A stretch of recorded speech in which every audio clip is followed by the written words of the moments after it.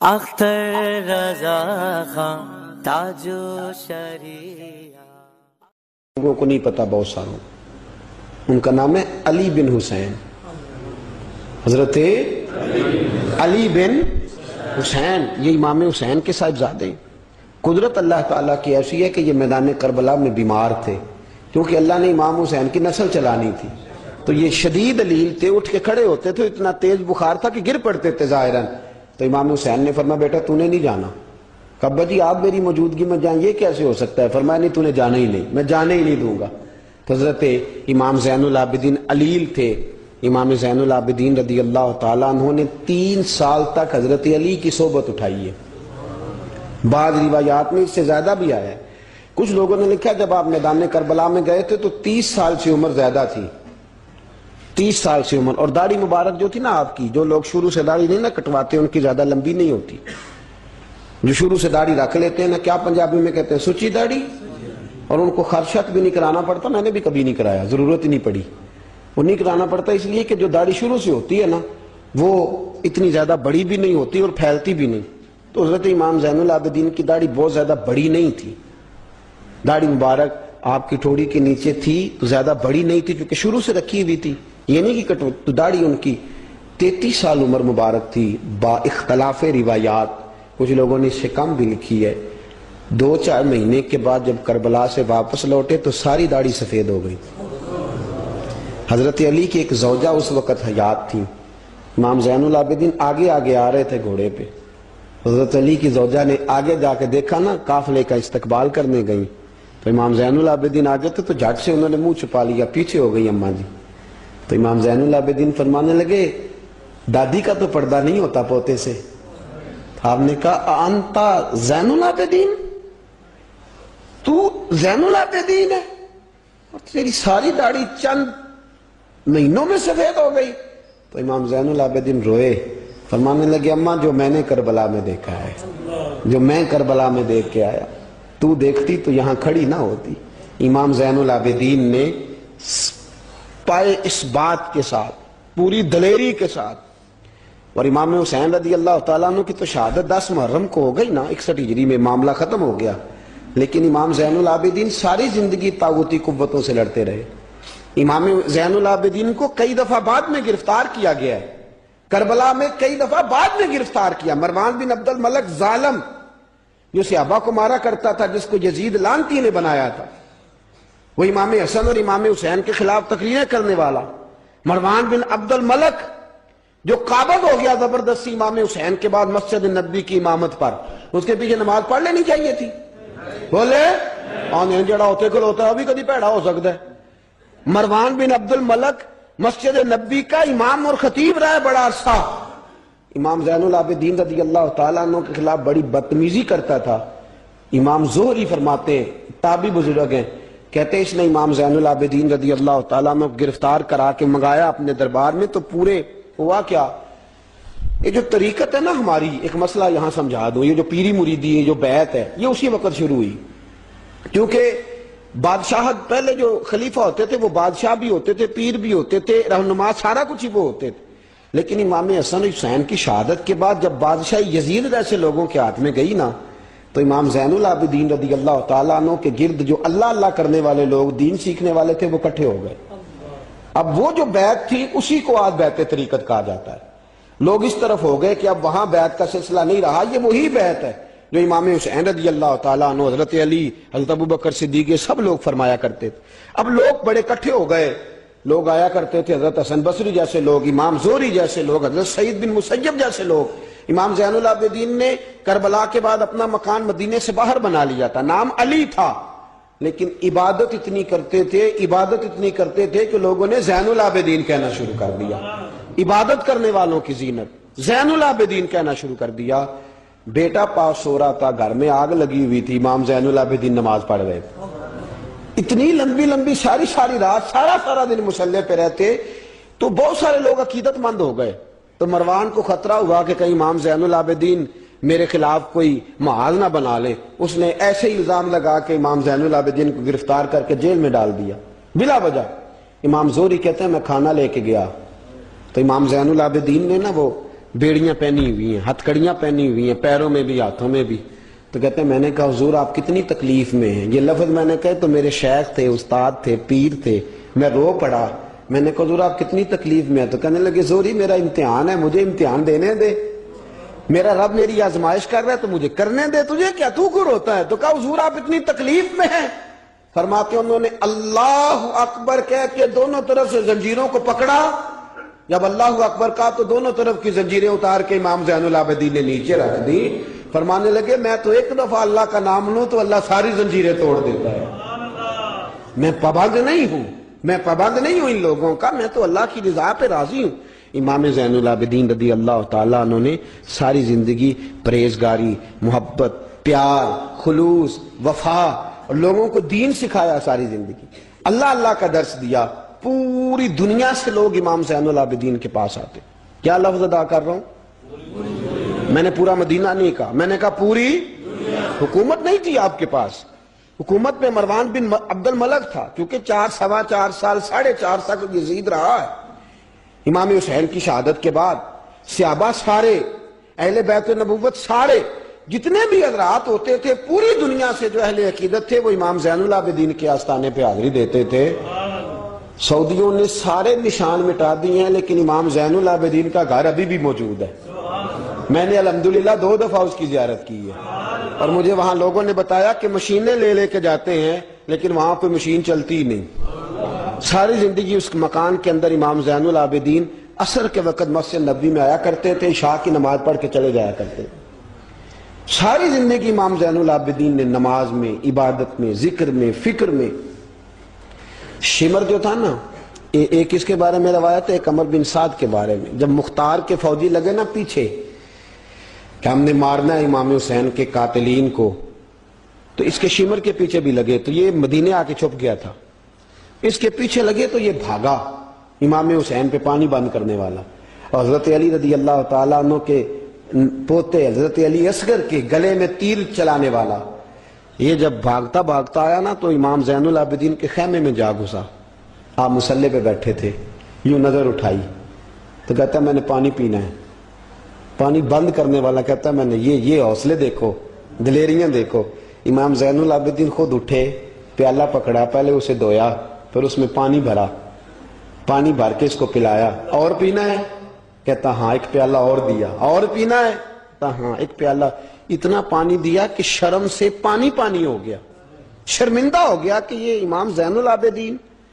باہر نکلا، دل میں خیال آیا زین العابدین نے پہچانا نہیں، اگر پہچان لیتے تو ایسا نہ کرتے. پھر اندر آ گیا، کہنے لگا شاید آپ نے مجھے پہچانا نہیں. امام زین العابدین کی آنکھیں آنسوں سے برس پڑی. فرمانے لگے تو نے میرے 6 ماہ کا بھائی پیاسا مار دیا تھا، تجھے میں بھول سکتا ہوں؟ تو اندر داخل ہوا تھا تو سارے زخم میرے تازے ہو گئے. تو کہا پھر آپ نے پانی کیوں پلایا؟ فرمانے لگے پانی بند کرنا تیرے جیسے لوگوں کا طریقہ ہے اور دشمنوں کو پانی پلا دینا نانا محمد کی سنت ہے جو میں نے ادا کی ہے. یہ میرے نانا کا طریقہ ہے جو میں نے ادا کیا.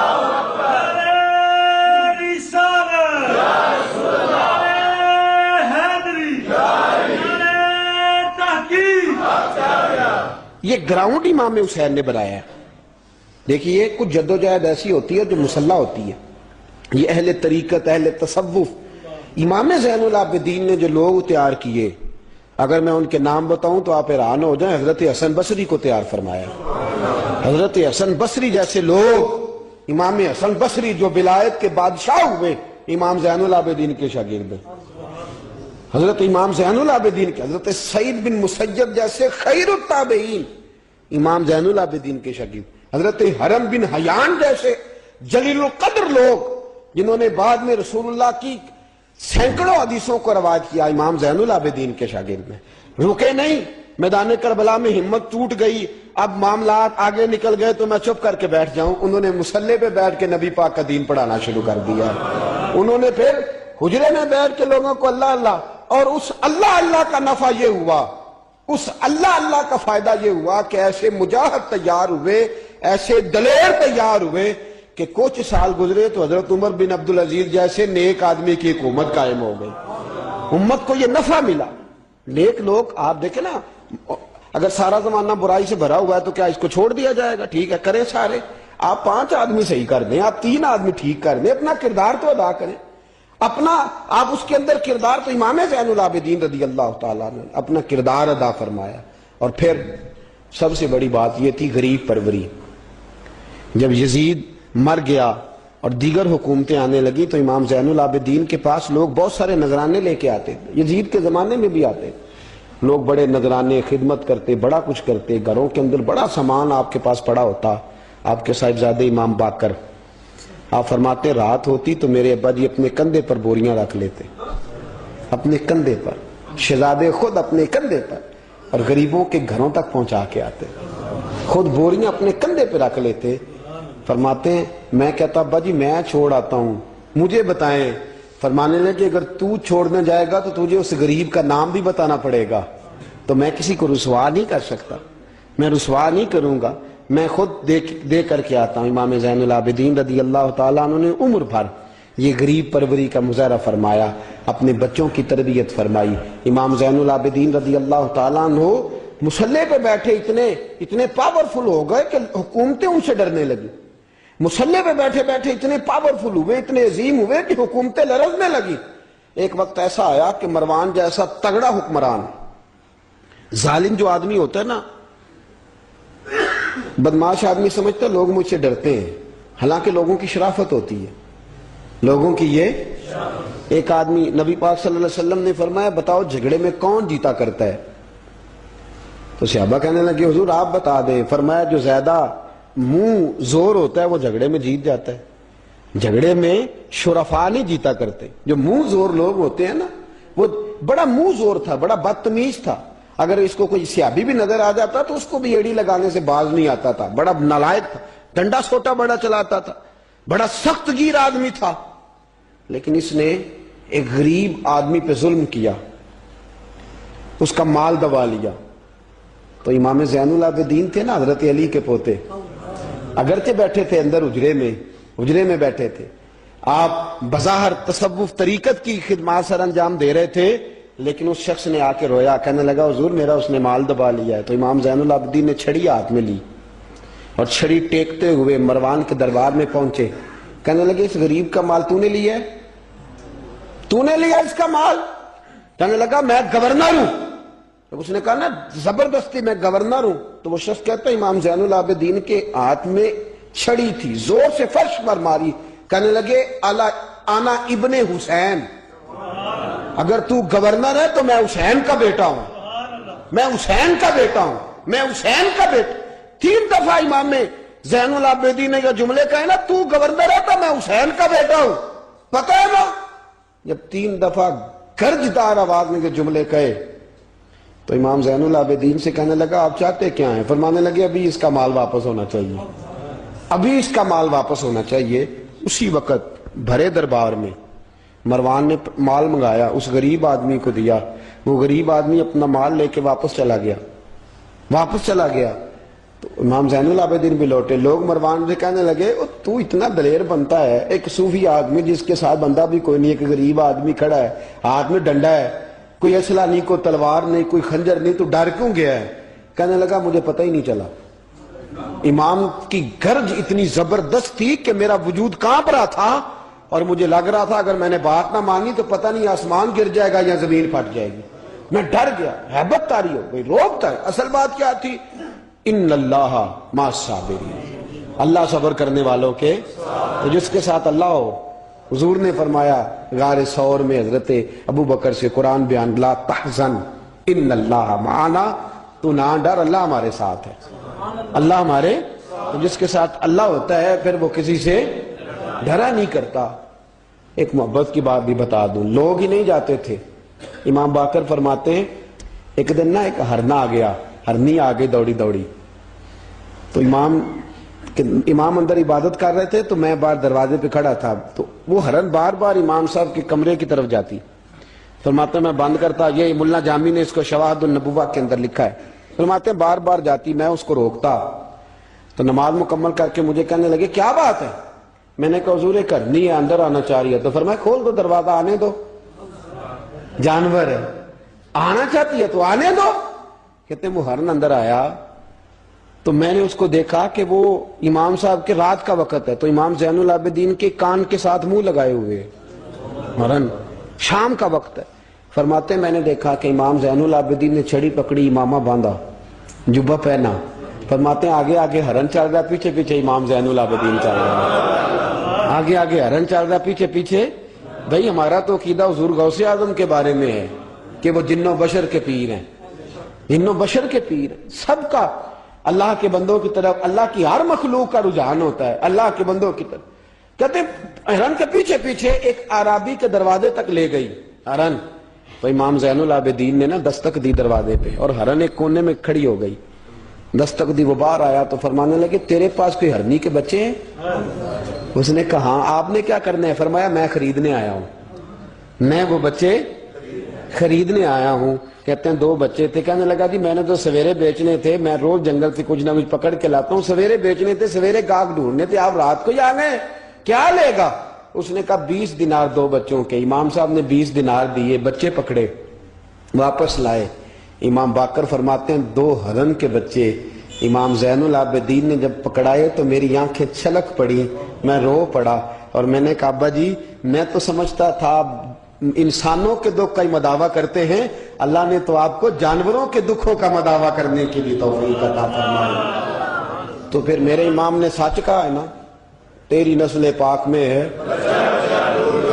کیسا عقیدہ ہے، کیسا عقیدہ ہے، ہر بندے کے اپنا۔ میں تو جب بھی کسی سید زادے کی، کسی اہل بیت کی کوئی بات پڑھتا ہوں نا، آپ یقین کریں تو میرے سامنے اعلیٰ حضرت کا شعر رہتا ہے، پلٹ پلٹ کے بات وہی جاتی ہے کہ تیری نسل پاک میں ہے بچہ بچہ نور کا، تو ہے عین نور تیرا سب گھرانہ ہی نور کا، سب گھرانہ ہی۔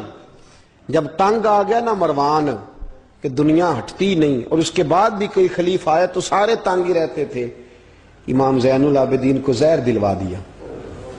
امام حسن کی شہادت بھی زہر سے ہوئی، امام زین العابدین کو زہر دلوایا۔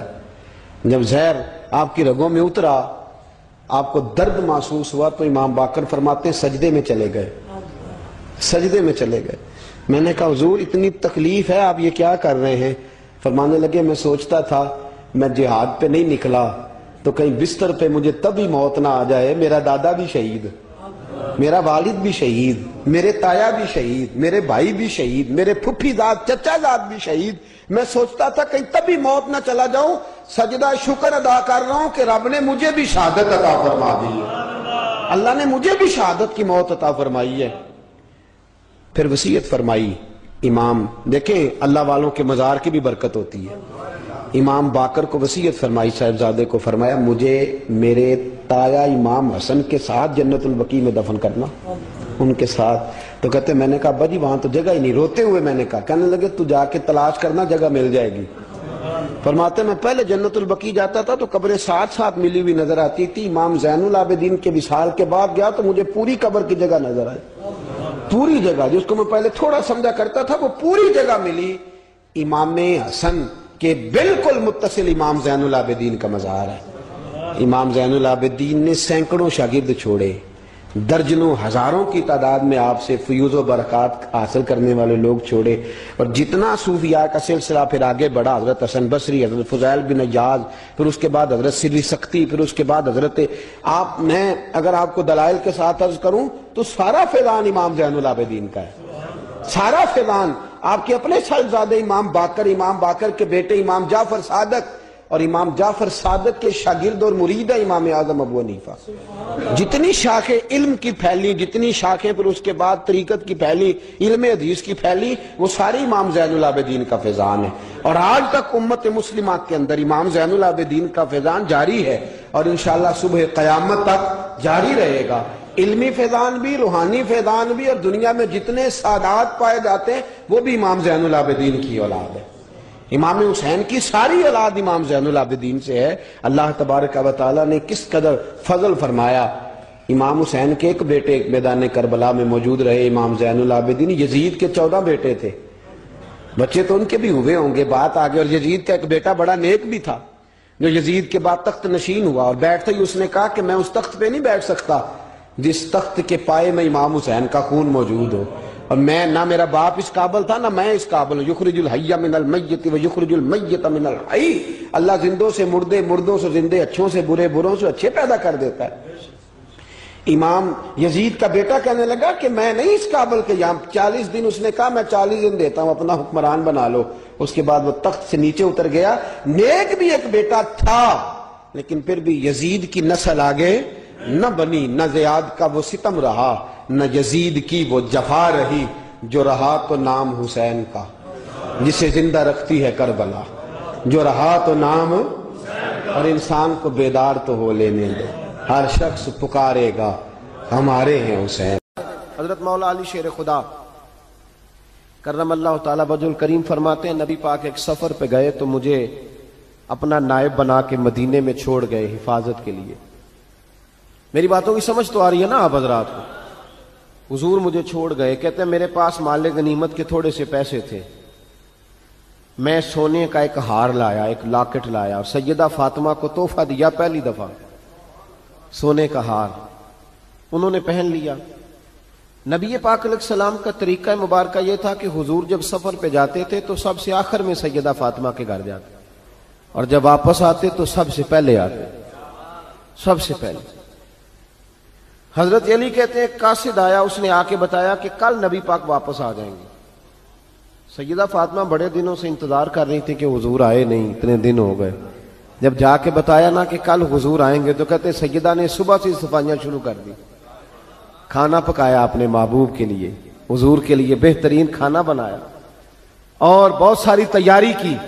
کہتے ہیں حضور آئے حسب روایت، حسب عادت، وہی مبارک عادت جو محبوب کی ہمیشہ سے تھی. نبی پاک آئے، پہلا قدم سیدہ فاطمہ کے گھر میں رکھا، السلام علیکم کہا، اور سیدہ نے وعلیکم کہا تو حضور نے ان کا چہرہ دیکھا تو واپس چلے گئے.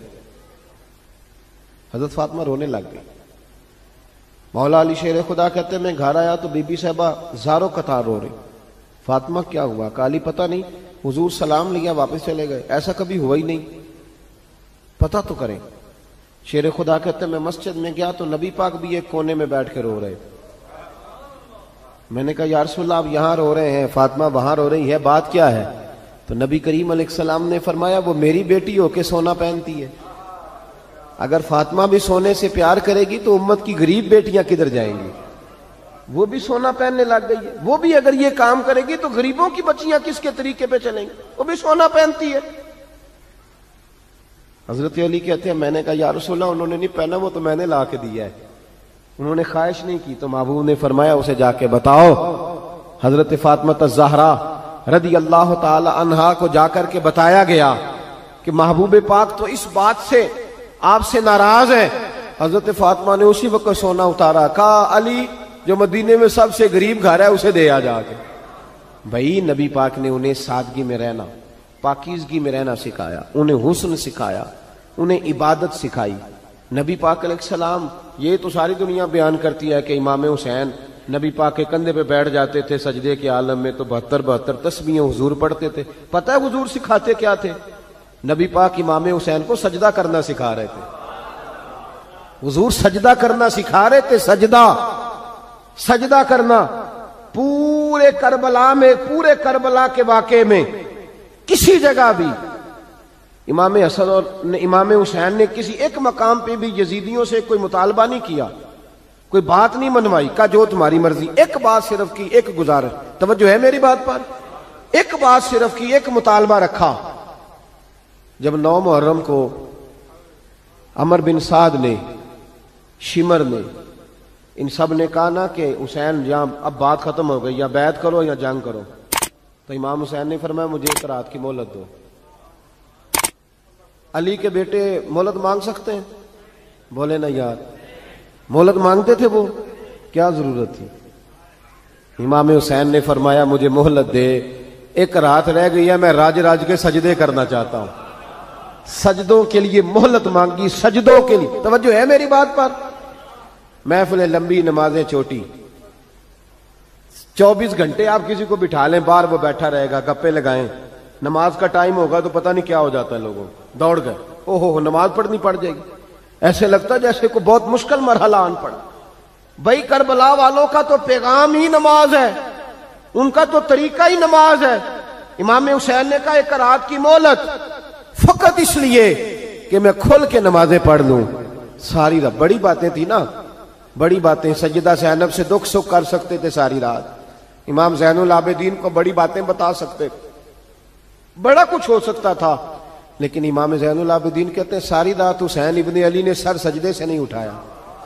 چل تو اس طرح کر، امام حسین تو ساری زندگی ساری رات پڑھتے رہے نا، تو چل ایک رات کی عبادت کر ان کے نام پر، ایک رات ساری جاگ نہیں نا، تسی ہاں کی تھی، ایک رات کہی ہے میں نے، بڑا مشکل ہے ہمارے لیے۔ آپ یقین کریں مصلی، اور پھر کسی نے ہمیں کان میں بتا دیا کہ تسی نسبت آلے ہو، تسی بخشے ہو، اے کوئی پکی گل دس گیا ساری، اس میں کوئی شک نہیں کہ نسبت سے بخشے جائیں گے، لیکن امام حسین ڈائریکٹ نواسے ہیں نبی پاک کے، اگر وہ نسبت کے باوجود بھی ساری ساری رات نماز پڑھتے ہیں، تو کس قسم کا نسبت والا ہے کہ 10 محرم کو بھی تیری ساری قضا ہو جاتی ہے، ساری قضا چھٹی، ہم نسبت والے ہیں۔ بس نسبت کا یہ معیار ہوتا ہے، نسبت کا معیار یہ ہوتا ہے کہ جو محبوب نے کیا وہ ہم نے کر کے چھوڑنا ہے، وہ کام کرنا ہے۔ اور پھر اہل بیت نبوت کا اسوہ حسنہ پردہ ہے، پردہ۔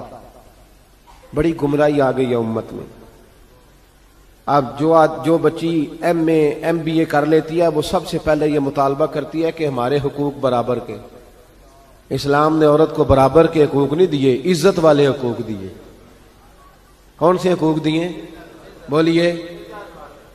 میں ایک یونیورسٹی میں تھا تو ایک بچی نے پیغام دیا، کہنے لگی جی، بچیاں بھی تھی پردے میں بیٹھی ہوئی، لیکچر یونیورسٹی میں ہو رہا تھا، تو اس نے کہا جی عورت کا تو گھر ہی کوئی نہیں ہوتا، عورت کا تو گھر ہی کوئی نہیں، تو ہم کدھر جائیں؟ میں نے کہا چلیں ادیبانہ انداز میں یہ بات درست ہے، لیکن حکیمانہ انداز میں درست نہیں۔ عورت کی تو اللہ تعالیٰ نے ذمہ داری بڑی شاندار رکھی ہے۔ جب تک باپ جوان ہوتا ہے نا، توجہ ہے میری بات پر، جب تک باپ جوان ہوتا ہے تو بیٹی اس کے گھر رہتی ہے، اور جب بچی جوان ہوتی ہے، ابا تھوڑا بوڑھے ہونے لگتا ہے نا، تو اللہ تعالیٰ خامند کی ڈیوٹی لگا دیتا ہے عورت پر، اور جب خامند تھوڑا بوڑھا ہونے لگ جاتا ہے تو بچے جوان ہو جاتے ہیں۔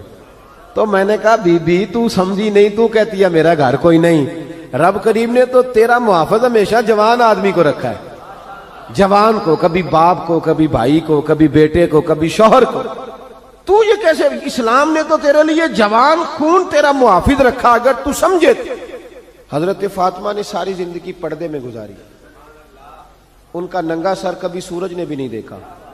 یہاں اللہ خیر کرے دینداروں کی بچیاں پردہ نہیں کرتی، حاجیوں نمازیوں کی بچیاں پردہ نہیں کرتی۔ کپڑے استری نہ ہو تو گھر میں جھگڑا شروع ہوتا ہے، اور بی بی پردہ نہ کرے تو پرواہ کوئی نہیں۔ حضرت عبداللہ بن سہل ایک تابعی بزرگ ہے، نام یاد رکھنا، عبداللہ بن سہل کہتے ہیں سیدہ زینب جب کربلا سے واپس آئیں تو وہ میری پڑوسن تھیں، 15 سال کہتے ہیں میں ان کا پڑوسی رہا ہوں، 15 سال، 15، امام شورانی نے اس کو لکھا ہے، 15 سال میں حضرت زینب کا پڑوسی رہا۔ کبھی ہوتا ہے نا کہ بی بی برقع پہن کے باہر نکل آتی ہے، بازار جانا ہے، دوائی لینی ہے، کوئی کام ہے، کہتے ہیں 15 سال میں پڑوسی رہا، پر میں نے پردوں میں چھپی ہوئی زینب بھی کبھی نہیں دیکھی۔ کہتے ہیں نا برقعے میں بندہ بی بی دیکھ لیتا، میں نے پردے میں چھپی ہوئی بھی بی بی کبھی نہیں دیکھی۔ تو کربلا والوں کا تو طریقہ پردہ ہے، ان کا طریقہ، اب آخری بات سنیں، کربلا والوں کا طریقہ حوصلہ ہے، ہمت ہے۔ ہمارے ہاں نا خودکشیاں عام، جھگڑا عام، لڑائی عام، اس کی وجہ یہ کہ حوصلہ کوئی نہیں، ذرا سی بات کوئی بندہ برداشت کرنے کو تیار۔ اہل بیت کا جو طریقہ ہے نا وہ حوصلہ ہے، وہ صبر ہے، وہ چلے محبت کی بات ہے کر دیتا ہوں۔ ایک بابا جی سے میں نے پوچھا، میں نے کہا جناب صحت کیسی ہے؟ کہنے دکھا نہیں وڈیریاں کر چھڑیا۔ میں کہا کنی عمر تہاڈی؟ کہندا میں عمر تے ایویں 76 کو سال ہے۔ تے میں کہا دکھاں تو بغیر بھی ہن تساں وڈیریا ہی ہونا سی، بس کر دے، دکھوں کو بدنام کیا ہوا بلا وجہ، اب بس کریں، وڈیرے ہونا تھا کہ نہیں ہونا تھا؟ تے نہ دکھاں دا لا دیتا ہے۔ ہجوم غم میں بھی توہین نے ضبط غم نہ ہوئی، ہم تو اس احتیاط سے روئے کہ آنکھ نم نہ ہوئی۔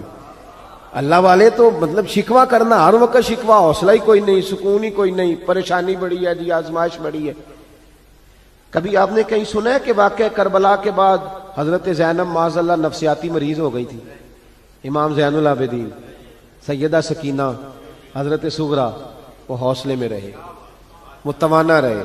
امام زین العابدین نے اس کے بعد بھی کئی دفعہ پیروں میں بیڑیاں پہنی، کئی دفعہ. سادات کا خاندان چلا. یہ جو داتا علی اجویری نے آ کے آپ کو کلمہ پڑھایا یہ بھی سید زادے، سیدوں کا قافلہ رکا نہیں. یہ خواجہ اجمیری بھی سید زادے، غوث پاک جیلانی بھی سید زادے. یہ سادات کا سلسلہ چلتا رہا. بار بار آ کے امت کی قیادت کی ان لوگوں نے. جب دیکھیں نا یہاں کسی بندے کا کٹا ہوا ہاتھ پھینکا جائے نا، بلکہ انگلی پھینک دی جائے تو لوگ ڈر کے بھاگ جائیں گے. کسی کا، اپنے کسی کا نہیں، کسی کا. کیونکہ انسان کا وجود کٹ جائے تو دہشت پیدا ہوتی، آپ ڈر کے بھاگ جائیں گے. امام حسین کا کٹا ہوا سر، توجہ ہے میری بات پر؟ ذرا غور کرنا. بندے کا سر کٹ جائے، ہم سنتے ہیں بات پر غور نہیں کرتے. دھاڑ ان کا پڑا تھا کربلا میں، کٹا ہوا سر، زلفیں، پگڑی، کٹا ہوا سر نیزے پہ. آگے آگے سر جا رہا ہے، پیچھے سیدہ زینب جا رہی، با پردہ یزید کے دربار میں پہنچی. بی بی صاحبہ پردے میں بیٹھ گئی. یزید کہنے لگا دیکھ لو اللہ نے مجھے عزت دی اور میرے دشمنوں کا معاذ اللہ کیا حال ہوا. جب اس نے یہ کہا نا تو حضرت نعمان بن بشیر صحابی بیٹھے تھے، اور ساتھ کہتے ہیں میرے ایک نابینا صحابی بھی بیٹھے تھے. حضرت نعمان بن بشیر کہتے ہیں کہ جب اس نے یہ کہا نا کہ اللہ نے مجھے عزت دی اور نقل کفر نہ باشد، میرے دشمنوں کا یہ حال ہوا، تو کہتے ہیں سیدہ زینب وہاں سے اٹھ کے کھڑی ہو گئی. با پردہ سیدہ زینب کھڑی ہوئی، اور فرماتے ہیں اس طرح نہیں کھڑی ہوئی کہ بیویاں روتی ہیں تو کہتی ہیں ہائے یہ ہو، اس طرح نہیں، حوصلہ، ہمت. اور جس طرح کوئی سیاںا خطیب خطبہ پڑھتا ہے اس طرح سیدہ نے خطبہ پڑھا.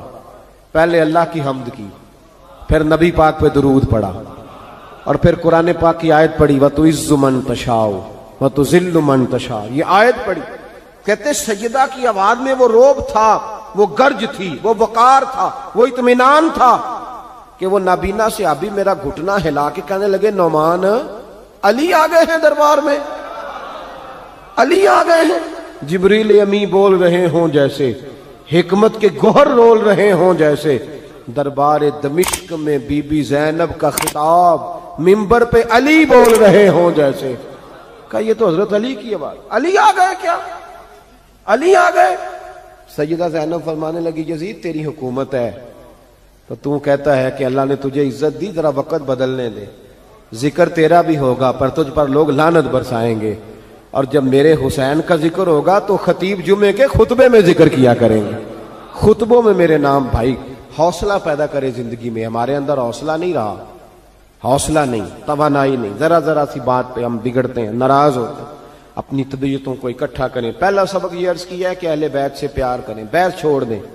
صحابہ سے پیار کریں اور بحث، نبی پاک کا میلاد منائیں اور بحث کرنی چھوڑ دیں. اور دوسری بات یہ کہ اہل بیت کا طریقہ فقر و فاقہ ہے، ان کا طریقہ سخاوت ہے، ان کا طریقہ پردہ ہے، ان کا طریقہ عبادت ہے، ان کا طریقہ حوصلہ ہے.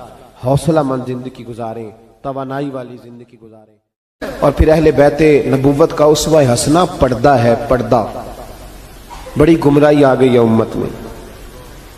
اب جو بچی MA MBA کر لیتی ہے وہ سب سے پہلے یہ مطالبہ کرتی ہے کہ ہمارے حقوق برابر کے.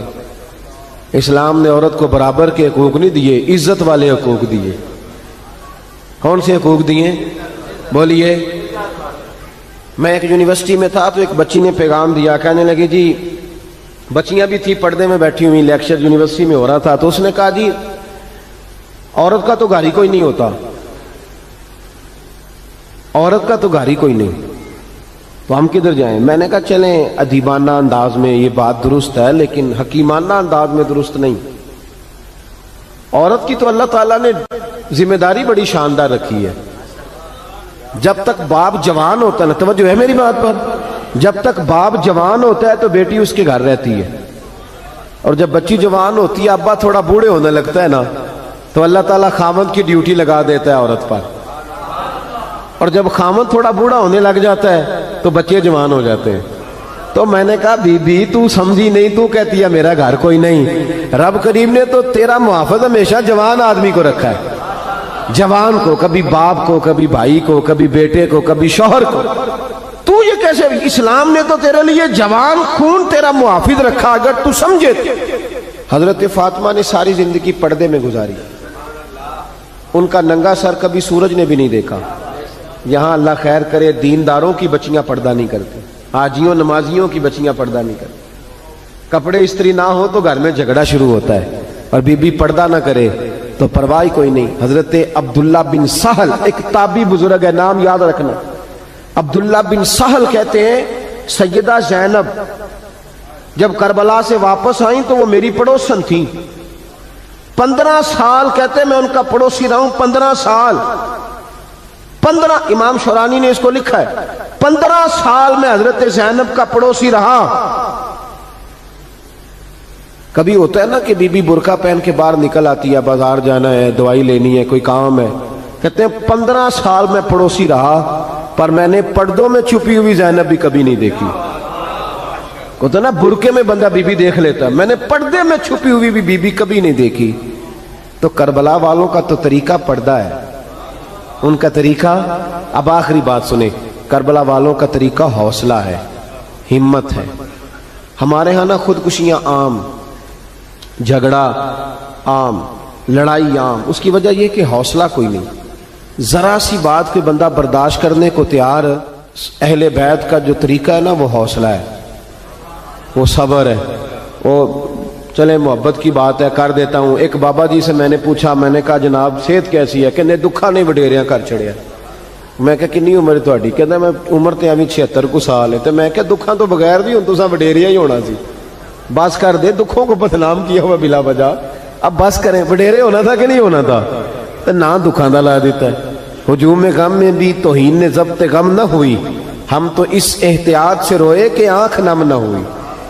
اللہ والے تو مطلب شکوہ کرنا ہر وقت شکوہ، حوصلہ ہی کوئی نہیں، سکون ہی کوئی نہیں، پریشانی بڑی ہے جی، آزمائش بڑی ہے۔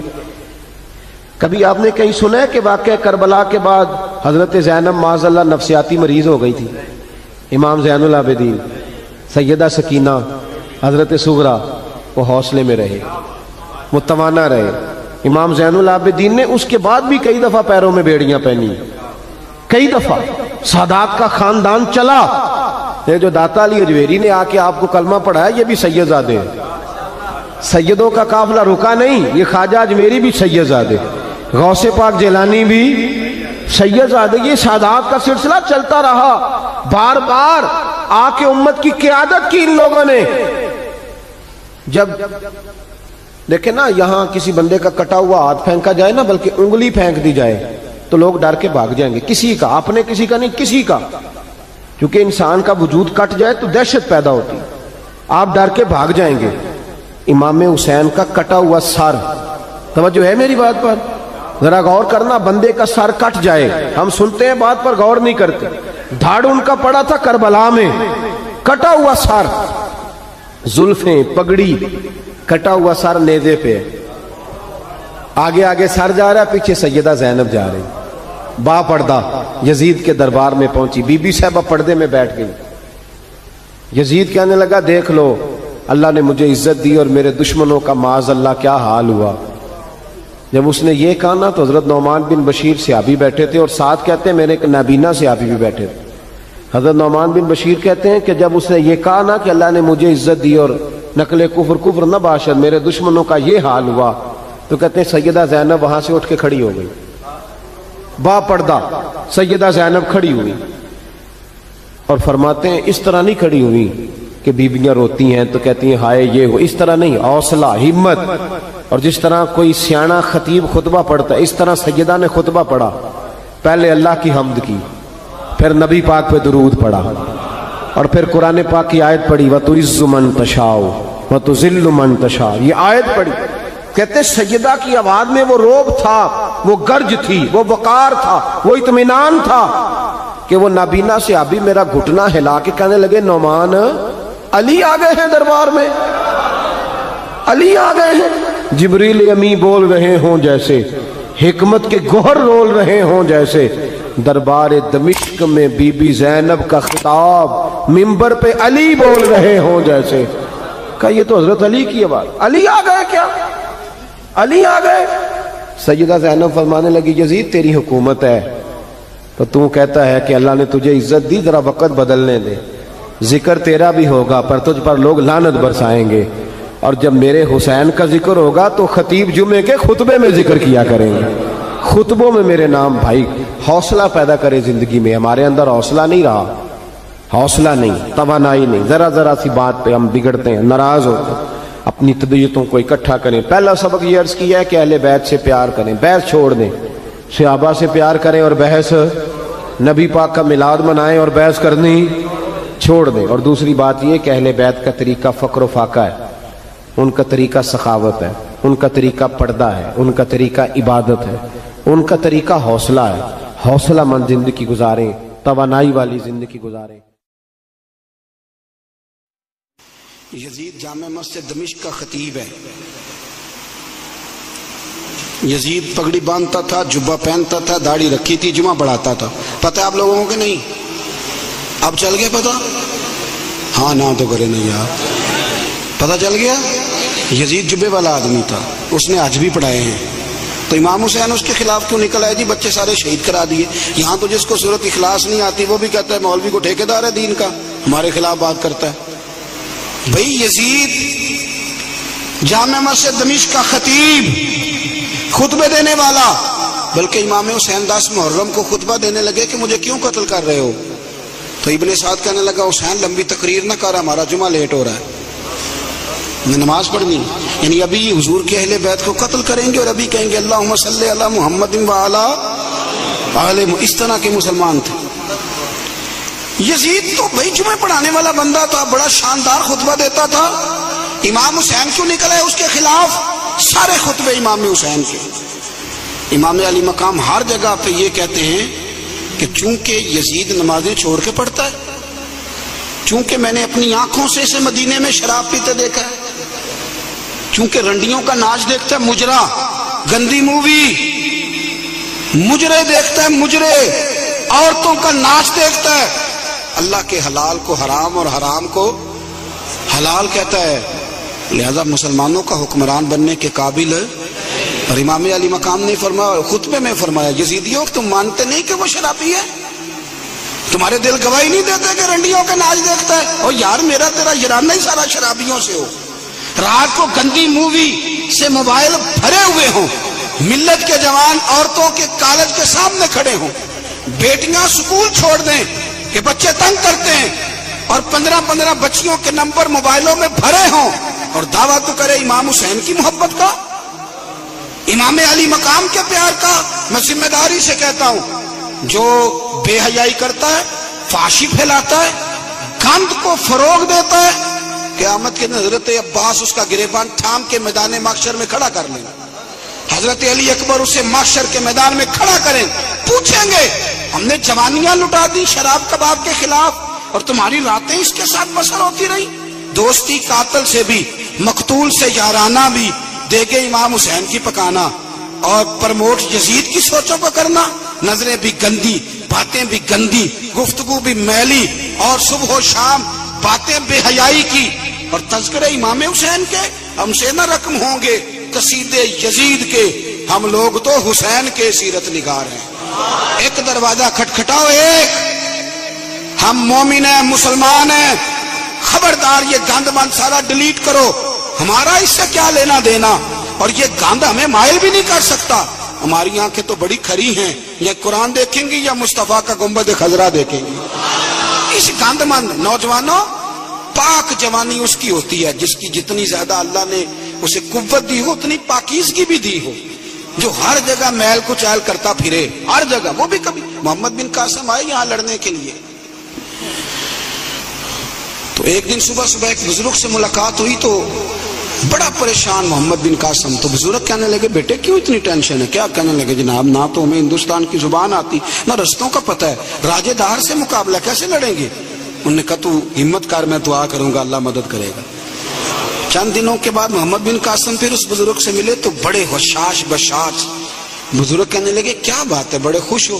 کہنے لگے بزرگوں پتہ کرا لیا، 2 گھنٹے سے زیادہ میرے مقابلے میں کھڑا نہیں رہ سکتا۔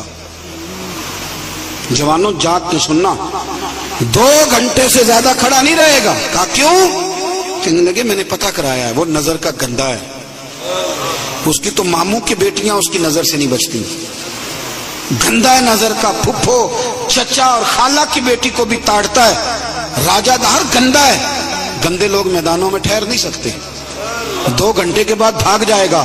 میں 17 سال کا جوان ہوں، چڑھتی جوانی ہے، پر اگر زبان پر کوئی چیز جاری رہتی ہے تو مصطفیٰ کریم کے دین کے ترانے جاری رہتے ہیں. یہ کیا بات ہوئی کہ مسلمان ہو، کلمہ گو، اور وہ کہے جی او ہو بڑا مشکل ہے جوانی میں بچنا. کیا مشکل ہے؟ کون کہتا ہے مشکل ہے؟ کس نے کہا ہے مشکل؟ جوانی تو نام ہی پچ جانے کا نام، حوصلے ہی سارے جوانی میں ہوتے. اور تیری جوانی پر اقبال نے اپنے بیٹے کو دعا دی تھی. اس نے کہا تھا حیا باقی نہیں ہے زمانے کی آنکھ میں، خدا کرے کہ رہے تیری جوانی بے داغ.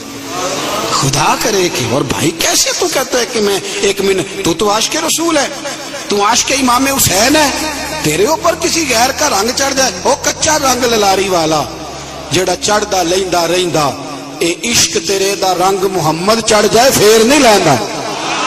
اس لیے حسین والے بنے، حسین والے. ہر یزیدی کے خلاف لڑنا سیکھیں، بات کرنا سیکھیں. چند باتیں عرض کی ہیں. ایک تو سادگی اختیار کریں، دل کی صفائی اختیار کریں، قرآن اور عبادت کی طرف توجہ کریں، اپنے گھروں کو سنواریں، رزق حلال لے کے آئیں. اپنی زندگی آپ یہ نہ سمجھیں کہ میں ایک گھر کو صحیح کر لوں گا تو کیا ہوگا. گھر جب صحیح ہو جائے گا تو معاشرہ بھی صحیح ہو ہی جائے گا، آگے بات بڑھے گی. میں حاضر ہو گیا تھا آپ کے حکم پر، اور حسب توفیق میں نے کچھ بات بھی کر دی ہے.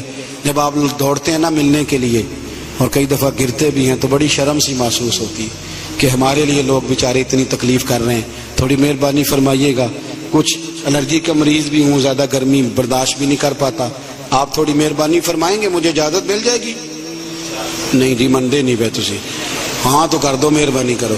بزرگ آدمی سفید داڑھی والا میری طرح کے گناہگار آدمی کے اگر دوڑ کے ملنے آتا ہے گر جاتا ہے. اور پیچھے ہٹو پیچھے ہٹو. وہ لوگ بھی دیکھنے والے کہتے ہیں کس طرح کے لوگ ہیں، سیانا بیانا بندہ ملنے آیا اور اس نے ہاتھ ہی نہیں ملایا. میں زیادہ دور نہیں رہتا، گھنٹے سوا کے فاصلے میں. جس نے ملنا ہو جمعرات کو آ جائے، انشاءاللہ کھانا بھی کھلاؤں گا. عصر کے وقت آ جائے، اللہ خیر کرے گا. شوق جو ہے ملنے کا، تو شوق تو پانی لوڑ نہیں ہڑا نو راہ برا دی. شوق تو رستے سارے آسان کر دیتا ہے. اللہ آپ کو جزائے خیر دے، لیکن یہ ادم پیل نہیں مچائیے گا. اللہ آپ کو ہمیشہ آباد فرمائے. آخر دعوانا